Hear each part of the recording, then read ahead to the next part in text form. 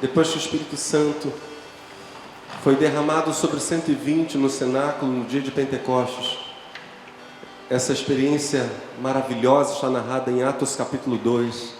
O apóstolo Pedro disse estas palavras: isto é o que foi dito pelo profeta Joel: nos últimos dias acontecerá, diz Deus, que do meu espírito derramarei sobre toda a carne, e os vossos filhos e as vossas filhas profetizarão, os vossos jovens terão visões, os vossos velhos sonharão sonhos, e também do meu espírito derramarei sobre os meus servos e sobre minhas servas naqueles dias, e profetizarão.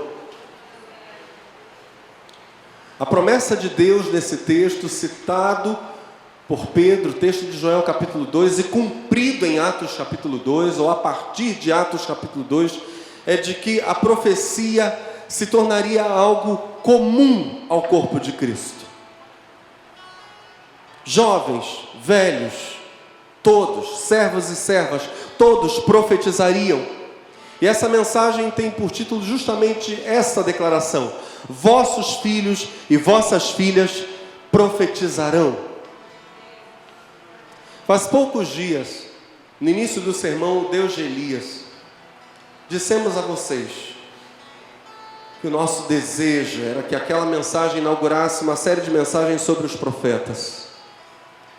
Eu disse a vocês que gostaria muito de mergulhar, a partir daquela mensagem, o Deus de Elias, na profecia bíblica. Ao longo desta semana, por mais de uma vez, enquanto eu meditava na Escritura, o Espírito Santo me levou a textos que falam especificamente sobre impetração de bênção, sobre uma pessoa lançar bênção sobre a vida de outra. Um era o texto do casamento de Isaac, outro era o texto sobre Esaú, no qual ele abre mão do seu direito de primogenitura, ou seja, abre mão de poder impetrar bênçãos, e futuramente a gente vai falar sobre isso aqui. O Senhor também me fez repensar a chamada bênção apostólica, a bênção de Moisés, servo do Senhor, e também precisarei meditar com vocês futuramente nas bênçãos de Arão e de Jacó. Mas o que eu quero dizer é que todas estas coisas, creio, estão intimamente ligadas entre si. Todas elas, as impetrações de bênçãos, todas elas, sem exceção, são parte inseparável do ministério profético. Essa é uma nuance da profecia. O termo profetês refere-se àquele que fala em lugar de outro, um porta-voz. Esse é o profeta. Ele fala em nome de Deus. Ele fala a palavra de Deus tendo-a recebido de modo direto. Diretamente Deus falou com ele e agora ele se torna o porta-voz dessa singular e poderosa palavra, a palavra de Deus. Precisamos lembrar algumas verdades. Só é necessário um porta-voz, alguém que fale em nome de Deus, alguém que recebeu uma mensagem direta dele e precisa comunicá-la a outra pessoa ou pessoas. Só é necessário um porta-voz, uma porta-voz, quando a pessoa representada, em nosso caso Deus, pelo porta-voz, pela porta-voz, não é uma pessoa conhecida, ou não se está familiarizado com um aspecto de seu caráter, ou mesmo de sua voz. Por isso é necessário o porta-voz. O porta-voz também é preciso quando uma fala específica de Deus, tendo em vista as inclinações do coração humano, não pode ser ouvida. Não pode ser ouvida por alguém ou por um povo por algum motivo, não pode ser prontamente recebida por algum motivo, por causa dessas interferências do coração humano. Então Deus precisa levantar uma voz para falar especificamente a sua palavra. O porta-voz também é necessário quando a fala precisa gerar interdependência entre o profeta ou a profetisa e a pessoa ou pessoas que receberão a profecia, ou entre o receptor, a pessoa que vai receber a profecia e demais pessoas à volta dela. Quando a fala de Deus, a palavra de Deus precisa gerar interdependência entre seres humanos, frequentemente Deus usará um profeta. Também é necessário o porta-voz quando a fala precisar gerar testemunhas. Pessoas que vão ver aquela palavra, vão ouvir aquela palavra, servirão de prova de que a palavra foi enunciada, seja ela uma palavra de bênção, seja ela a palavra de repreensão. Por exemplo, eram necessárias testemunhas, no caso de Ananias e Safira, em Atos capítulo 5, quando Deus usa o apóstolo Pedro para revelar a trama de Ananias e Safira, e Pedro entrega para eles uma profecia, e uma profecia não muito agradável, uma sentença de morte, porque eles haviam tramado algo para mentirem contra o Espírito Santo de Deus. E após Pedro profetizar morte, a profecia se cumpre. Primeiro Ananias, depois Safira morrem. A profecia de Pedro e o imediato cumprimento, em Atos capítulo 5, tem por consequência o que diz Atos 5, verso 11: e houve um grande temor em toda a igreja e em todos os que ouviram estas coisas. Quem estava lá e viu a profecia e o cumprimento, ou quem ouviu o relato do acontecimento, profecia e cumprimento de profecia, essas pessoas tiveram seus corações tomados de um santo temor pela seriedade e santidade de Deus. Por vezes, a palavra será dada de modo profético, será entregue profeticamente para que sejam geradas testemunhas, seja da bênção, seja da repreensão. A voz profética também será necessária quando algo precisa iminentemente ser revelado a uma coletividade, algo específico para um determinado momento da história em que Deus precisa falar a todo um grupo. Exemplos, 2 Crônicas capítulo 20, diz para nós: então veio o Espírito do Senhor no meio da congregação. Diga comigo, no meio da congregação. Eu repito a leitura, 2 Crônicas capítulo 20, verso 14. Então veio o Espírito do Senhor no meio da congregação sobre Jaaziel, filho de Zacarias, filho de Benaia, filho de Jeiel, filho de Matanias. Levita, então está sendo dita aqui a genealogia dele. Filho de quem, neto de quem, bisneto de quem? Levita dos filhos de Asaf. E disse, o Espírito do Senhor: dai ouvidos todo Judá. A mensagem então, por meio do profeta, é para toda a população. Dai ouvidos todo Judá, e vós, moradores de Jerusalém, e tu, ó rei Jeosafá, assim o Senhor vos diz: não temais, nem vos assusteis por causa desta grande multidão, pois a peleja não é vossa, mas de Deus. Em Atos capítulo 11, nós temos também uma profecia coletiva. Então nós não temos essa experiência sobrenatural apenas no Antigo Testamento, como no caso de 2 Crônicas 20, texto que acabo de ler, mas também no Novo Testamento. Atos capítulo 11 nos diz: naqueles dias desceram profetas de Jerusalém para Antioquia, e levantando-se um deles por nome Ágabo, dava a entender pelo Espírito que haveria uma grande fome em todo o mundo. E isso aconteceu no tempo de Cláudio César, por volta do ano 44, 46, mais ou menos nesse intervalo, a grande fome sobre o Império Romano. Deus dá um alerta por meio do profeta Ágabo ao seu povo, para que a igreja se prepare para os dias de fome, e de fato os irmãos em Antioquia começam a se preparar e mandam inclusive socorro financeiro para os crentes de Jerusalém, em cima da profecia.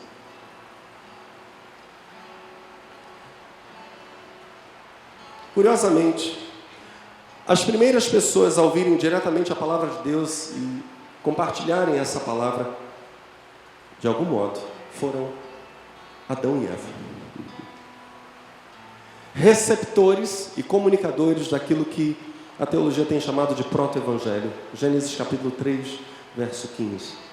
Quando Deus mesmo diz a eles que o descendente da mulher feriria a cabeça da serpente, enquanto a serpente feriria o calcanhar. Eles foram, nossos primeiros pais, os receptores e comunicadores do proto-evangelho às gerações futuras. Ainda que na experiência, ou que essa experiência de escuta da voz de Deus por parte de Adão e Eva não possa ser chamada de profecia, olha só, porque eles ouviram uma palavra que naquele exato momento não seria repassada a ninguém. Aquela experiência sobrenatural de ouvirem a voz de Deus fazer para eles uma promessa que afetaria o mundo inteiro, a promessa da vinda de alguém que esmagaria a cabeça da serpente. Aquela experiência sobrenatural de Adão e Eva aponta para o simples fato de que não haveria qualquer necessidade do ministério profético antes da queda dos nossos primeiros pais. Pelo seguinte, se depois de pecarem, eles recebem uma promessa específica diretamente da boca de Deus, quanto mais, se não houvessem pecado, seriam absolutamente capazes de ouvirem com clareza a voz de Deus. Isso é evidente para nós.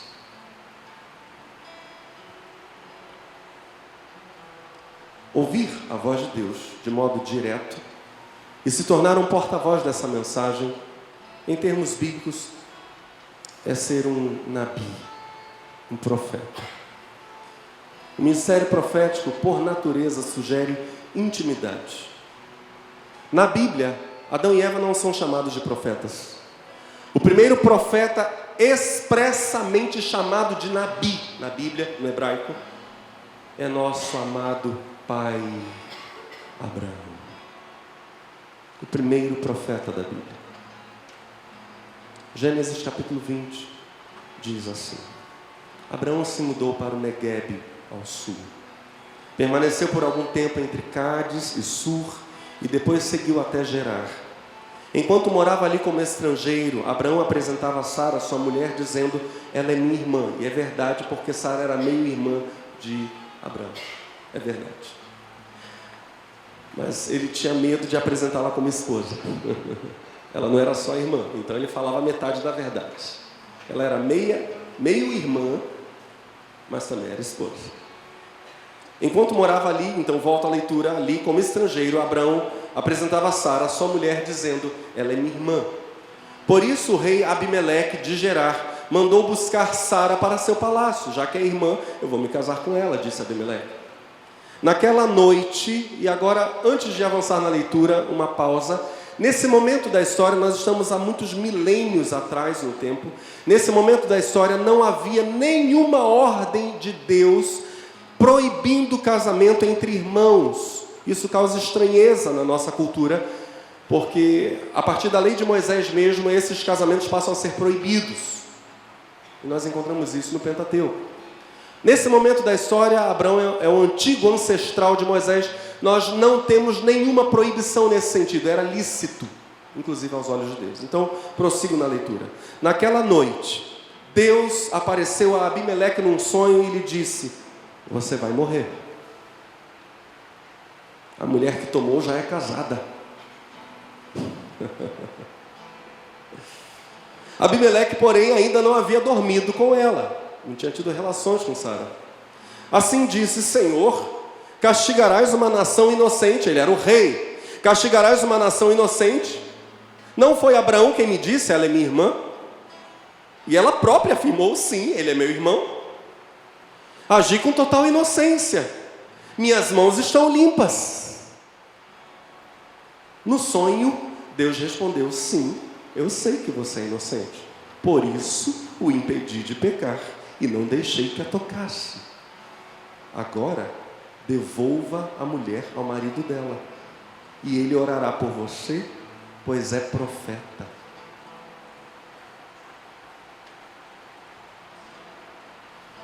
Devolve a mulher para esse homem aí, porque esse homem aí é... E aí o Senhor prossegue dizendo, estou lendo Gênesis capítulo 20, verso 7. Então você viverá, mas se não a devolver, esteja certo de que você e todo o seu povo morrerão.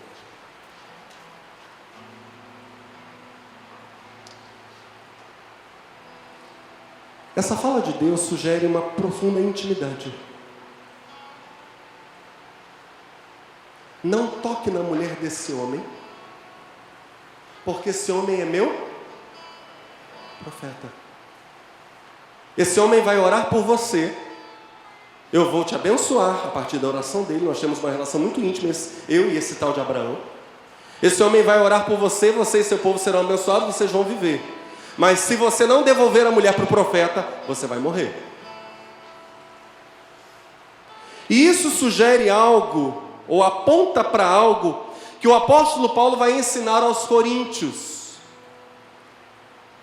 Lá no Novo Testamento, Paulo vai apontar numa direção. A igreja, diga comigo, a igreja.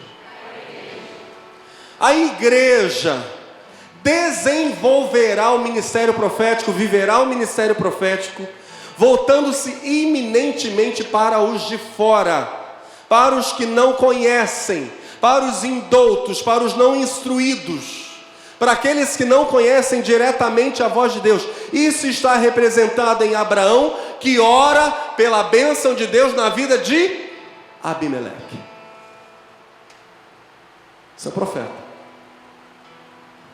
Ele possui uma relação íntima com Deus. E a igreja é chamada para ser uma comunidade profética. A igreja está aí?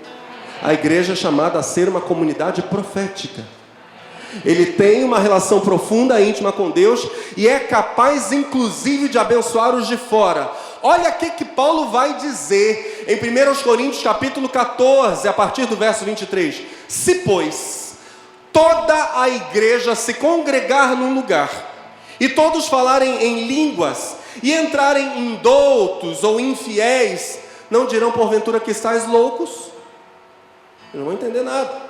Isso não vai gerar edificação na vida de um não cristão, ou de alguém que não está instruído nas coisas do Senhor.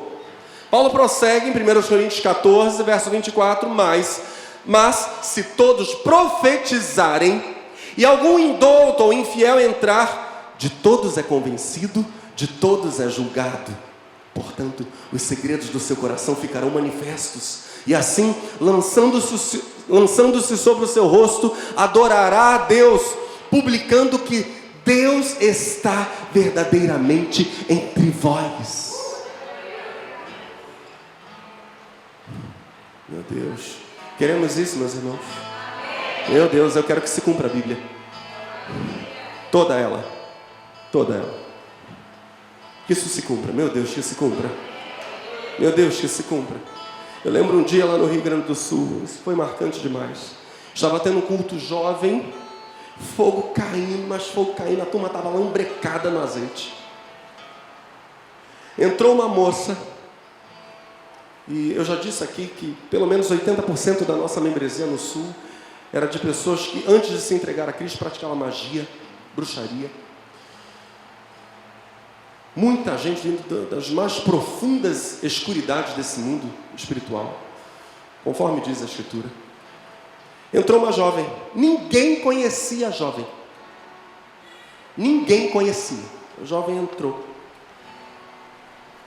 Atraída, sabe-se lá por quem.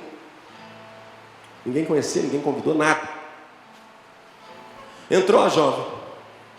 De repente um moço, um rapaz, começou, membro da igreja, já o conhecia muito bem, e sabia do ministério profético dele, foi tomado pelo Senhor em profecia.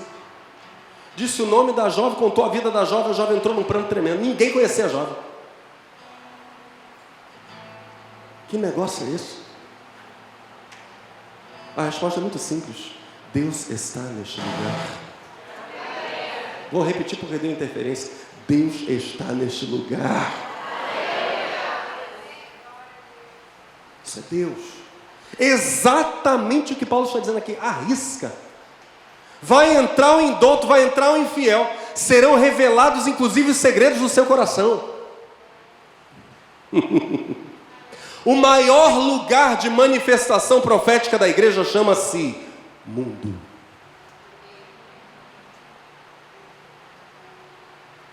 Esse mundo, eu não estou falando necessariamente fora do lugar de culto. Eu não estou me referindo necessariamente a um local extramuros. Eu não estou falando disso. Mundo aqui é a vida do descrente. Porque o descrente, de fato, sequer conhece intimamente a voz de Deus. Para isso, Deus diz, eu quero uma comunidade profética, para que quem ainda não conhece minha voz, ainda não ouviu minha voz, ouça a minha doce voz. Por isso nós, nesta noite, oramos juntos, dizendo, Senhor, usa-nos.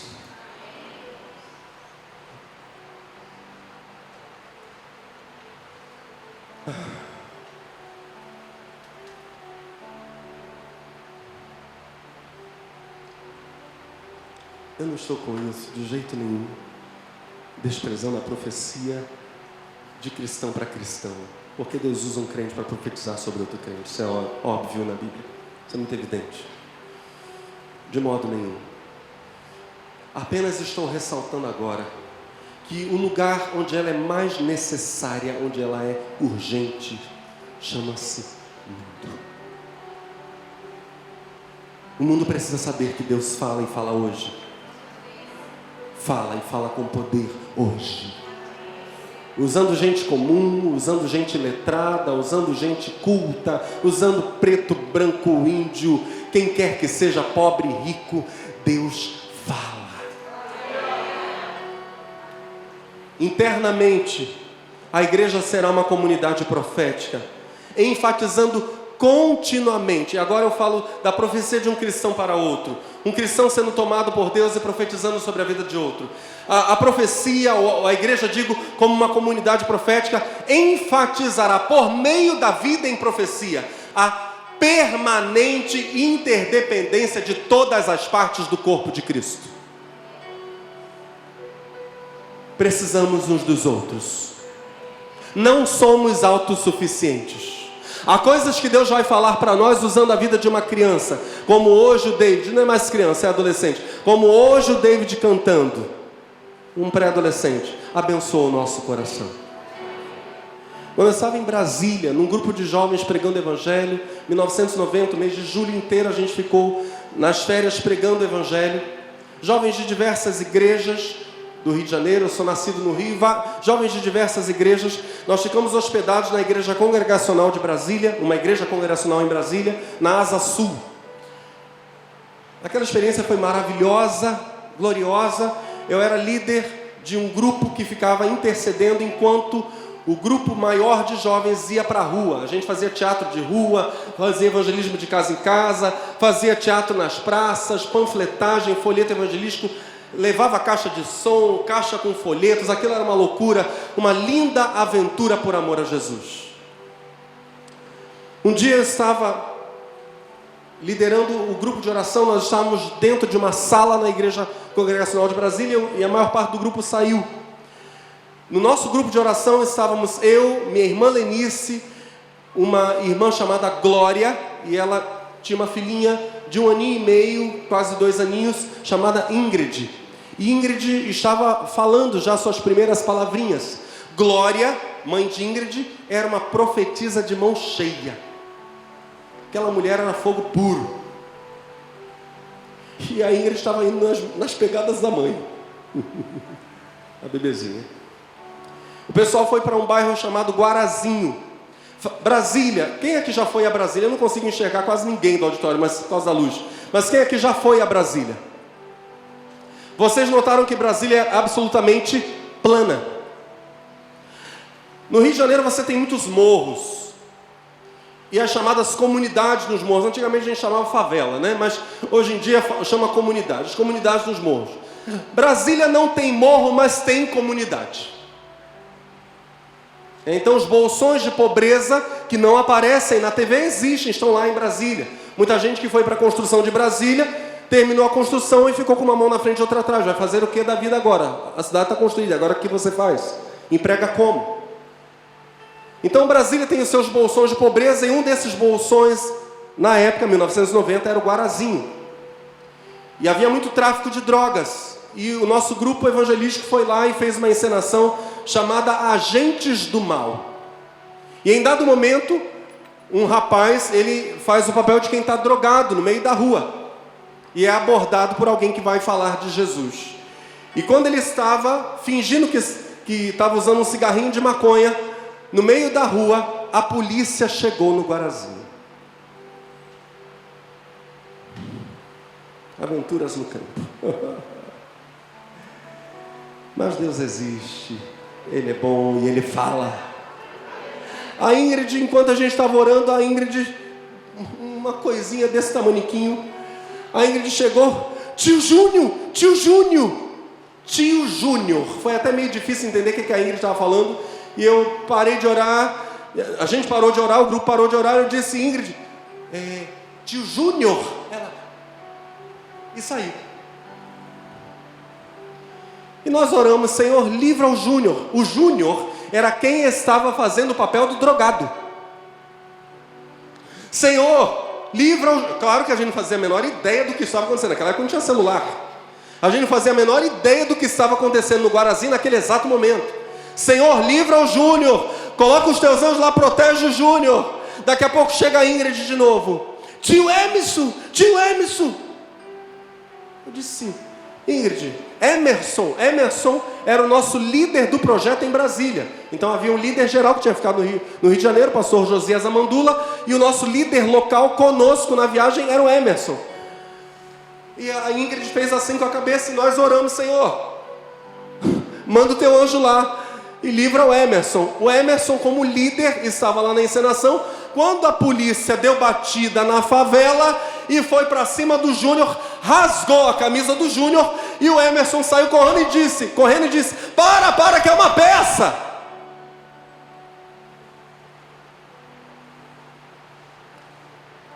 Os dois nomes que a Ingrid citou, Deus fala. Os dois nomes. Daqui a pouco chega o pessoal da evangelização de rua. O Emerson estava sem cor. Sem cor. E a gente: o que aconteceu, Emerson? E aí ele contou a história e nós ficamos maravilhados com aquilo. Como a Ingrid sabia. Quem contou para a Ingrid? Uma criancinha com menos de 2 anos de idade. Queremos essa unção. Ela é da igreja. É para a igreja de Jesus. Aleluia. Interdependência. A igreja será uma comunidade profética em que cristãos vão ministrar sobre a vida de outros, deixando bem clara a permanente interdependência de todas as partes do corpo de Cristo.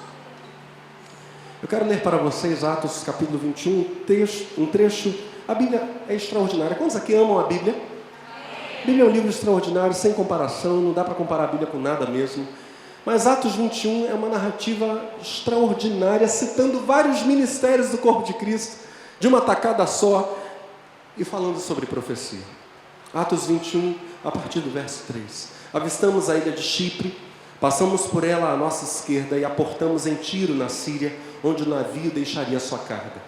No desembarque, encontramos os discípulos. Diga comigo: discípulos. Então, primeira parte da história, primeiro grupo nominalmente citado são discípulos, pessoas que estavam seguindo no caminho de Cristo. No desembarque encontramos os discípulos que ali viviam, ou seja, em Tiro, e ficamos com eles por 1 semana. Pelo Espírito, ou seja, por uma ação do Espírito Santo. Essa expressão aqui, pelo Espírito, também poderia ser traduzida como tendo em vista o que o Espírito mostrou, o que o Espírito revelou. Pelo Espírito, eles, os discípulos, advertiam Paulo.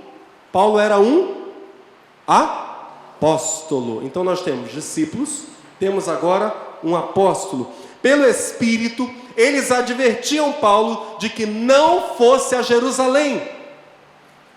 Eles estão aqui com a unção profética, os discípulos, dizendo: não vá para Jerusalém, por causa de uma coisa que o Espírito nos mostrou, falou, revelou. Depois que partimos de Tiro, Lucas prossegue na narrativa, chegamos a Ptolemaida, onde saudamos os irmãos e passamos um dia. No dia seguinte, prosseguimos para Cesareia e nos hospedamos na casa de Filipe, o evangelista. Então nós temos, até agora, discípulos que estão profetizando, para um apóstolo que é o apóstolo Paulo, e agora Lucas, Paulo e quem mais está em companhia deles nessa viagem. Esse grupo vai se hospedar na casa de um evangelista chamado Filipe, que conhecemos bem. No dia seguinte, volto à leitura do verso 8 de Atos 21, prosseguimos para Cesareia e nos hospedamos na casa de Filipe, o evangelista, um dos 7 que tinham servido na igreja em Jerusalém. Ele tinha 4 filhas solteiras, em várias traduções, 4 filhas virgens, que profetizavam. Nós já temos apóstolo, evangelista e profetizas aqui no texto. E discípulos que também profetizam. Muitos dias depois, chegou da Judeia um profeta chamado Ágabo. Olha que coisa efervescente essa história. Nós não estamos falando de uma igreja fria. Temos aqui alguém que faz parte de uma igreja quente. Olha como é efervescente essa narrativa. Muitos dias depois, chegou da Judeia, na casa do evangelista Filipe, onde estava hospedado o apóstolo Paulo, o missionário Lucas. Chega lá um profeta chamado Ágabo. Ele veio ao nosso encontro, tomou o cinto de Paulo e com ele amarrou os próprios pés e as próprias mãos. Em seguida disse: o Espírito Santo declara: assim o dono deste cinto será amarrado pelos judeus em Jerusalém e entregue aos gentios. Ágabo está profetizando a prisão de Paulo em Jerusalém. O dono desse cinto aqui, ele pega o cinto de Paulo e faz esse teatro, faz essa mímica.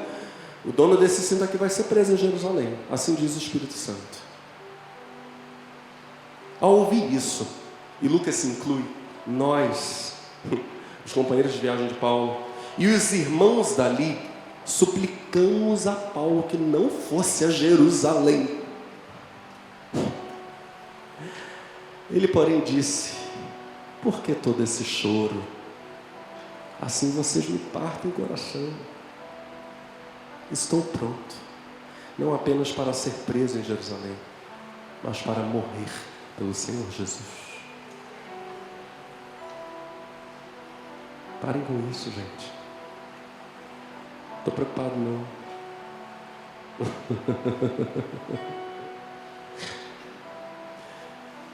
Verso 14, quando ficou evidente que não conseguiríamos fazê-lo mudar de ideia, desistimos e dissemos: que seja feita a vontade do Senhor. Deus tenha misericórdia de você e faça a vontade dele na sua vida, apóstolo Paulo. Agora presta muita atenção. Na sequência da narrativa de Atos, o que irá acontecer? Eu li para vocês Atos 21, de 3, fazendo alguns saltos, é verdade, até o verso 14. Na sequência da narrativa de Atos, vai ficar claríssimo que a ida de Paulo a Jerusalém era parte da vontade de Deus. Olha só, hein? Apesar de os irmãos terem revelação em Tiro, o Espírito Santo ter dito para eles que Paulo seria preso, algo aconteceria de ruim com Paulo. Apesar de Ágabo ter tomado o cinto de Paulo e profetizado a prisão de Paulo em Jerusalém, a sequência da narrativa vai dizer que era a vontade de Deus a ida de Paulo para Jerusalém. Preste muita atenção. Judeus vindos da Ásia vão causar um alvoroço em Jerusalém. Paulo vai para Jerusalém, judeus vão para lá, fazem um alvoroço, dizendo, insinuando que o templo foi profanado com a presença de Paulo. O detalhe é que Paulo vai para o templo para fazer voto judaico, voto dos judeus. E aí judeus, perseguindo Paulo, vão dizer que a presença de Paulo lá, um profano, teria tornado o templo profano também. Eles agarram Paulo no pátio do templo, levam-no para fora, começam a espancá-lo, e o texto diz: eles tinham a intenção de matar Paulo. Paulo começa a apanhar, está sendo espancado. Cláudio Lísias, um comandante de 1000 soldados romanos, fica sabendo do alvoroço que está acontecendo lá de fora do templo, vai lá para o meio daquela bagunça toda, para o meio da turba, manda que Paulo seja acorrentado com 2 cadeias e seja levado para o quartel-general de Lísias, que era a chamada Fortaleza Antônia, uma enorme construção com 4 torres, uma em cada ponta da construção. Lísias mandará que Paulo seja interrogado com açoites, seja açoitado e interrogado. Paulo vai se declarar cidadão romano, quando ele está sendo preso para ser açoitado, ele vai dizer, vocês açoitam um cidadão romano sem julgamento. Ele usa um direito que o cidadão romano tinha de não ser açoitado sem ser julgado.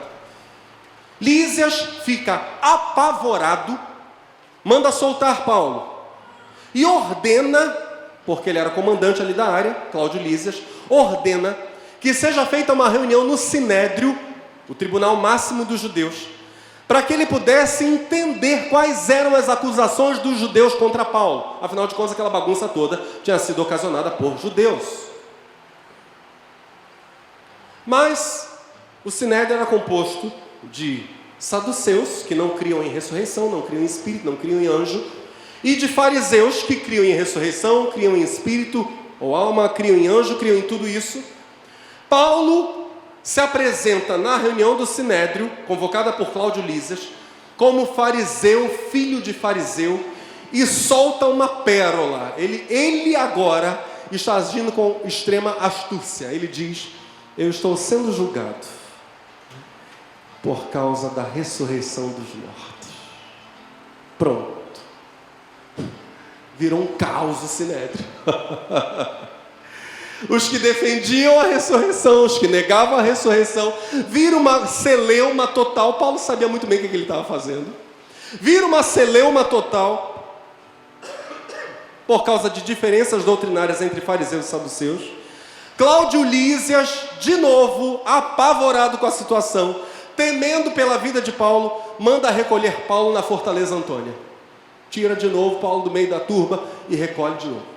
Só que o texto não diz que Paulo está preso. Paulo está recolhido por uma questão de segurança. Na fortaleza, acontece o que vai ser dito em Atos capítulo 23, verso 11. Na noite seguinte, a ele ser recolhido na fortaleza Antônia. Na noite seguinte, o Senhor, pondo-se ao lado dele, ao lado de Paulo, disse, coragem, assim como você testemunhou a meu respeito em Jerusalém, deverá testemunhar também em Roma. Coragem, meu servo. Assim como você testemunhou em Jerusalém, ou seja, era plano de Jesus. A profecia, tanto dos irmãos em Tiro, quanto do profeta Ágabo, não era para demover Paulo do seu plano de ir a Jerusalém. Cuidado com a interpretação de profecia, hein? Era apenas para deixar claro para a audiência que a vida de Paulo não era mais preciosa para Paulo que a pregação do Evangelho de Jesus Cristo. Era testemunho. Estamos juntos? Coragem! Assim como você testemunhou a meu respeito em Jerusalém, deverá testemunhar também em Roma. A ida de Paulo para a prisão em Jerusalém, a ida de Paulo para Jerusalém e consequentemente para a prisão, era parte da vontade de Deus. Mas, se o ministério profético vem para suprir a nossa necessidade mútua e especialmente dos que não conhecem a voz de Deus, de terem contato com essa voz, também é verdade, eu quero encerrar com esta sequência, porque continuaremos esse assunto no próximo domingo. Hoje estamos introduzindo o tema. É verdade, então, que o ministério profético traz consigo alguns pressupostos grandiosos. O ministério profético vem suprir a lacuna da escuta da voz de Deus. Primeiro grande pressuposto: o profeta nada tem por si mesmo. Nada. A palavra que ele possui é divina. E se ele é um porta-voz, preste muita atenção, em palavras e em ações, você não vê na Bíblia os profetas apenas falando coisas, eles falam e vivem. Eles vivem a vontade de Deus, eles vivem a voz de Deus. Se o profeta é um porta-voz em palavras e atos da própria palavra de Deus, o profeta e todo o ministério profético acabam se tornando a própria representação concreta do texto da lei. Quer saber o que é a lei de Deus? Olhe para a vida e as palavras do profeta. Os profetas são a versão física, corpórea do texto da lei. Toda a vontade de Deus, portanto, se resume numa expressão que Jesus abundantemente irá usar. Toda a vontade de Deus se resume nesta expressão: a lei e os profetas. A palavra escrita e a palavra concreta. Estamos juntos? A lei e os profetas. O texto e a vida. Em segundo lugar, grande pressuposto do ministério profético é este: o profeta é o meio usado por Deus para refazer uma conexão que seria natural, caso o pecado não houvesse entrado no mundo.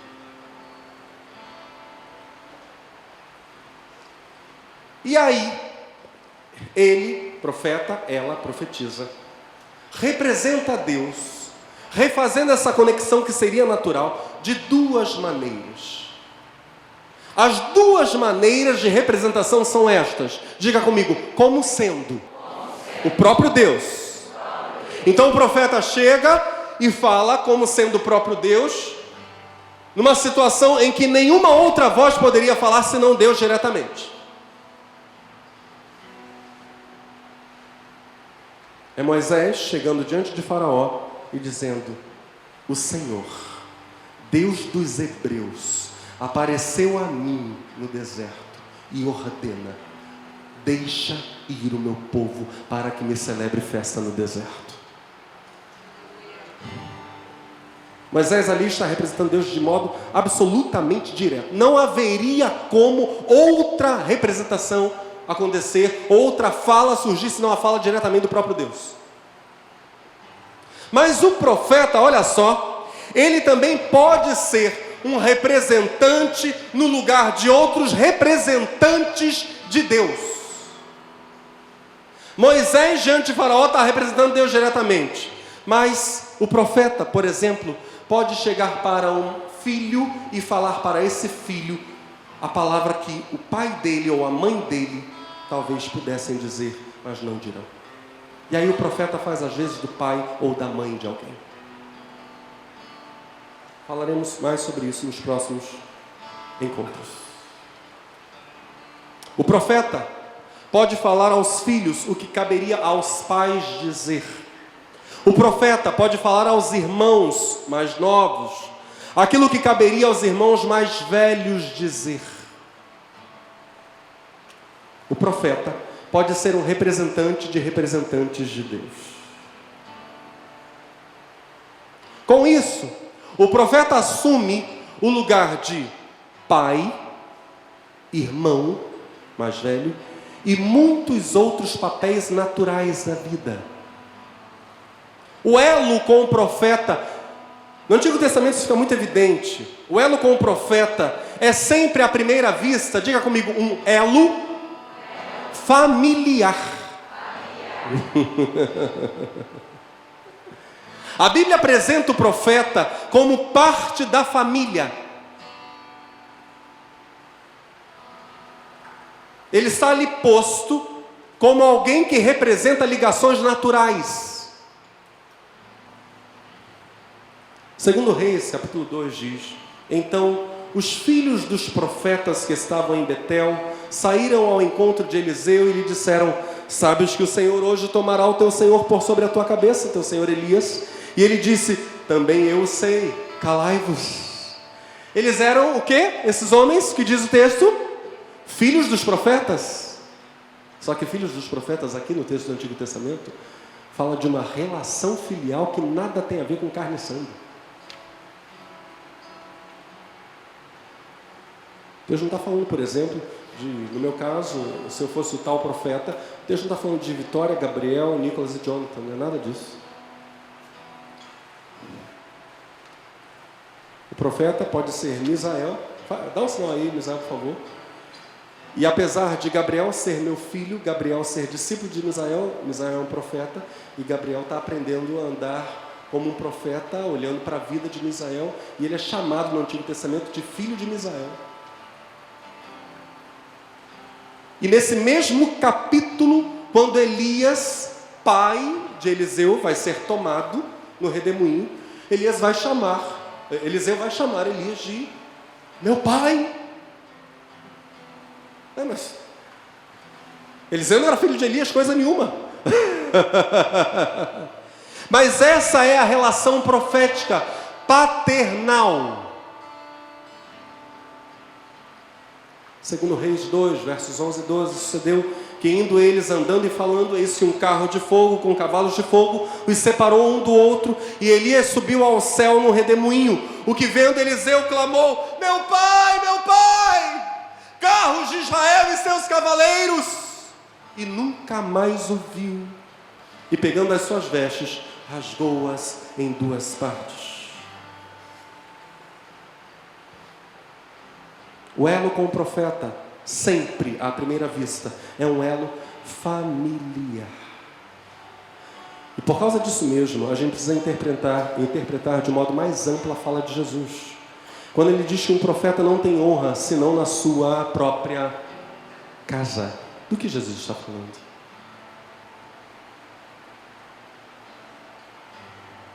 Bem, quinto grande pressuposto.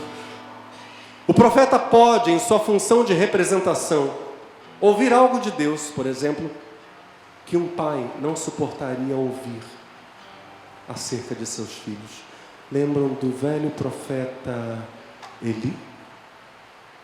Deus vai contar o que vai fazer para quem? Samuel. Um pai não suportaria ouvir, nem ter de dizê-lo a seu filho. O profeta, a profetisa, pode ouvir algo de Deus e ter de dizer o que um irmão mais velho não conseguiria dizer a seu irmão mais moço.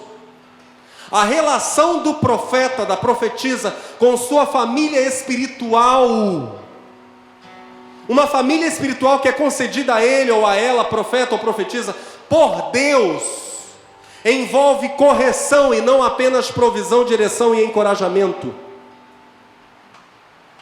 A profecia envolve correção. Mas, talvez, o profeta não apenas substitua relações naturais. E este é o último texto desta breve mensagem. Talvez o profeta não apenas substitua relações naturais, talvez ele reforce essas relações. Preste muita atenção. Para confirmarmos essa possibilidade de que o ministério profético está dado entre os homens como representação de relações naturais, não para substituí-las, mas para reforçá-las, para trazer para o eixo dos seus papéis reais, conforme planejados por Deus, quais sejam esses papéis, ou seja, a função do marido em relação à sua esposa, do pai em relação aos seus filhos, da mãe em relação aos seus filhos, do irmão mais velho em relação aos irmãos mais novos, e por aí vai. Nós só poderemos confirmar essa possibilidade se de algum modo o próprio ministério profético desafiar ou repreender relações naturais deficientes, defeituosas, frágeis, fracas, exigindo delas o melhoramento. Se a mensagem profética desafiar essas relações naturais, então significa dizer que o profeta está posto como representante das relações naturais justamente para curá-las. E isso é papel da igreja no mundo. Curar as relações.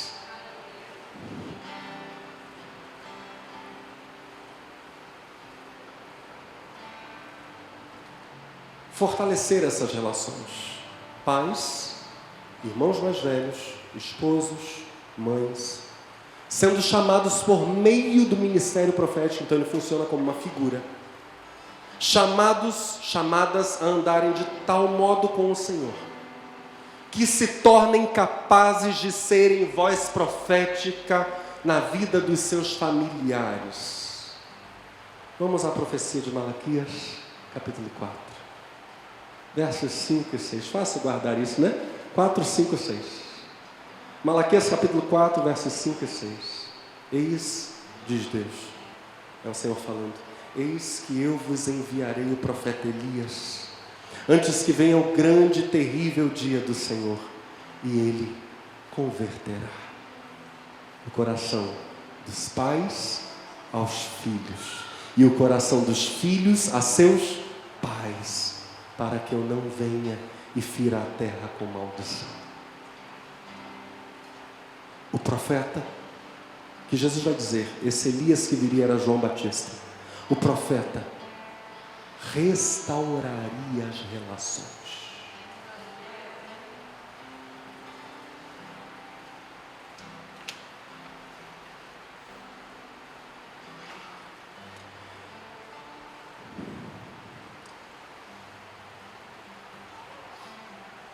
É o esposo que,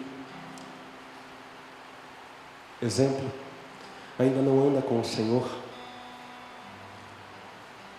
e a esposa dele está grávida, e por não andar com o Senhor, ele não sabe ainda que não é apenas privilégio, mas também função dele abençoar a gestação, abençoar o ventre de sua esposa, abençoar o seu bebê. É função dele. Mas ele ainda não discerne isso. E aí Deus usa um profeta, alguém na igreja, e diz para aquela irmã que está gestante, fica de pé. Porque o Senhor te diz, abençoo o fruto do teu ventre desde agora, com a unção do meu Espírito. E enquanto a profecia está sendo entregue, o bebê se revira no ventre da mãe, ele sente a unção. E crianças sentem, viu? Tem uma sensibilidade extraordinária para sentir a presença de Deus. Como também sentem as trevas. A criança sente a presença de Deus. Eu ouço relatos de irmãs gestantes aqui, que dizem, pastor, às vezes quando o senhor está pregando, meu bebê não para de se mexer, ele fica animado, ativo. Parece que está saltando de alegria dentro da barriga. Não tem espaço para isso, evidentemente. Mas crianças sentem a presença de Deus. São sensíveis. E aí aquela mãe dá à luz o bebê. E aquela criança desde cedo é cheia do Espírito Santo. O pai não cumpriu o papel dele. Por não andar com Deus, não profetizou, não abençoou, não fez nada. Mas aí Deus, por sua infinita misericórdia, porque Deus ama e quer salvar todo mundo, Deus quer abençoar todo mundo, Deus é o Deus de graça e misericórdia. Deus usa aquela criança para tocar no coração daquele pai. E aí aquele pai se quebra diante do Senhor e chora e diz, Deus, no início eu não estava nem gostando de saber que minha mulher está grávida, mas agora o Senhor está usando a vida do meu filho para me abençoar, muito obrigado. O ministério profético cura relações. As representa, mas cura as relações. Reforça as relações. Passa um tempo, aquele pai fica sabendo exatamente do que aconteceu. Ele não estava no culto quando a esposa dele recebeu a profecia. Passa um tempo, ele fica sabendo do que aconteceu, que um profeta, uma profetisa, apontou para a mulher dele e falou sobre o filhinho dele. E aí ela conta para ele, porque na época ele não tinha discernimento nenhum, não teria nem capacidade de ouvir aquela história. Depois que ele se converte, se quebra diante do Senhor, ela conta para ele. E aí ele se quebra diante do Senhor e diz, Senhor, agora usa a minha vida na minha casa. E sabe o que acontece? Ele passa a abençoar a vida do filho. O que antes Deus precisou usar um profeta para fazer, agora pode usar o pai, porque agora ele sabe andar com Deus.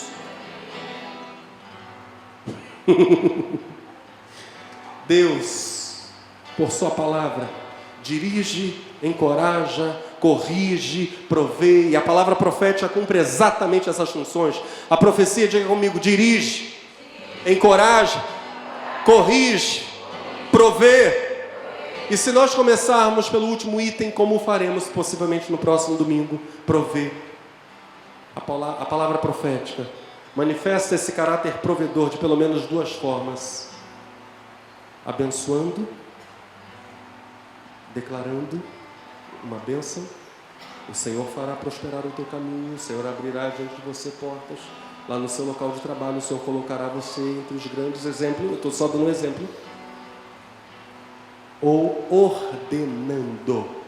ordenando, presta muita atenção, lançando a palavra de bênção ou dando uma ordem. São duas maneiras pelas quais o ministério profético provê. Quando o Senhor dá uma ordem e diz: vá àquele seu chefe e diga para ele estas palavras, e a pessoa vai lá e diz para o chefe aquelas palavras, e o chefe fica maravilhado e diz: como você sabia disso? E o empregado diz: Deus me falou enquanto eu estava orando pelo Senhor. O chefe diz: era exatamente o que eu precisava ouvir. Eu estava tendo uma crise tremenda na minha vida. Essa palavra é a palavra que eu precisava ouvir. E o chefe fica maravilhado com aquilo. E como recompensa, por que não? Ele aumenta o salário do funcionário. Deus provê, anunciando a bênção ou dando uma ordem. Duas maneiras pelas quais o profeta é provedor. Que no nome de Jesus se cumpra em nós o que diz a Escritura: vossos filhos e vossas filhas, vossos mancebos terão, vossos velhos sonharão sonhos, e também sobre os servos e sobre as servas derramarei do meu espírito naqueles dias, e profetizarão. Que seja assim conosco, para a glória de Deus, em nome de Jesus. Por favor, fique de pé no seu lugar.